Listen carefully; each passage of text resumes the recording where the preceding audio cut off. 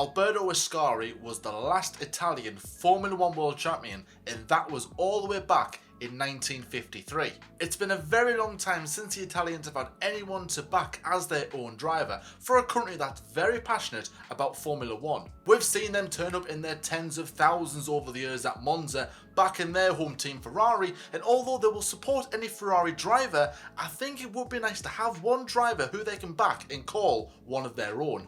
Introducing Kimi Antonelli. But why is everyone talking about him? Why is he dubbed the next Max Verstappen? Well, today we're going to be asking ourselves, who is Kimi Antonelli?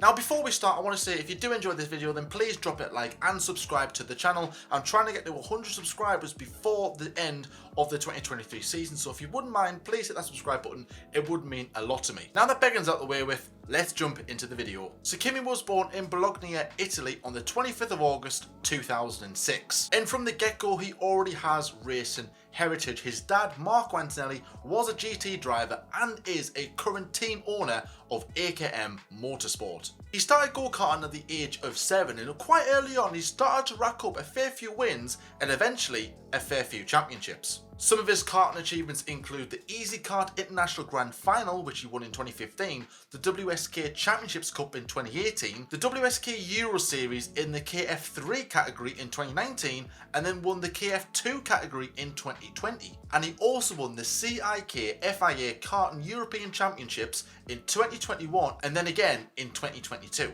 So he's had a very good karting career so far, but during 2021, he will be thrown into single-seater racing, competing in the Italian F4 Championships with Prima Racing just 3 weeks after his 15th birthday. He scored 4 points in the first 3 rounds, but at the final round in Italy, he would put in a very impressive performance in those 3 races. The first race, he scored a P2 finish, the second race, he scored a P3, and in the third race, he also scored a P3. So despite joining halfway through the season, he would finish in a very impressive 10th place. In 2022, he would remain in Italian Formula 4, where he would absolutely dominate the championship. He scored 13 wins out of 20 races, 14 pole positions and 15 podiums to take 362 points, and with it, the Italian F4 Championship.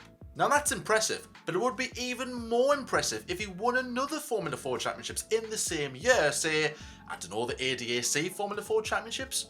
Oh wait, he did do that as well. He won 2 Formula 4 championships that year, which was just so impressive, and again just escalating how good this driver actually is at such a young age. And if 2 titles weren't enough, he won a 3rd one by winning the FIA Motorsport Games Formula 4 Cup for Italy. Whilst driving in that one-off race, he had a broken wrist and still managed to win the championship. So that's 3 championships he competed in that year, and he won all 3 of them. So moving into 2023 then, he was going to be competing in the Formula Regional European Championships, but to prepare himself for that, he competed in the Formula Regional Middle East Championships at the start of the year, which, you guessed it, he won that too. And at time of recording, he's currently in P1 in the FRECA Championships with 3 rounds to go. So if he wins the championship or not, the next logical move for Kimi would be FIA Formula 3. But there's rumours that Mercedes, who he's with as a junior driver, want him to skip Formula 3 to go straight into Formula 2 for 2024. And this certainly raised a lot of eyebrows, because it's not that often you see a driver skipping a category, and if he does, surely he's got a bit of talent about him. 2-time Formula 1 world champion Max Verstappen famously jumped through F3 and F2 to get to Formula 1 after competing in European Formula 3 in 2014. So if Mercedes want him to go from FRECA straight to Formula 2, then that shows they have a lot of faith in Kimi and know that they have a big star in their hands. And there's already tabloids saying that Kimi Antonelli is the next Max Verstappen. Now, I'm not a fan of these young drivers being dubbed the next Lewis Hamilton or dubbed the next Max Verstappen, because a lot of people are going to be looking at those drivers and going, okay, then at this point, Lewis Hamilton was here, at this point, Max Verstappen was here, and if those drivers aren't at that level yet, then they're going to be criticised and going, oh, this is a flop, he's a flop. You know, he's not going to do as good as what he's expected to do.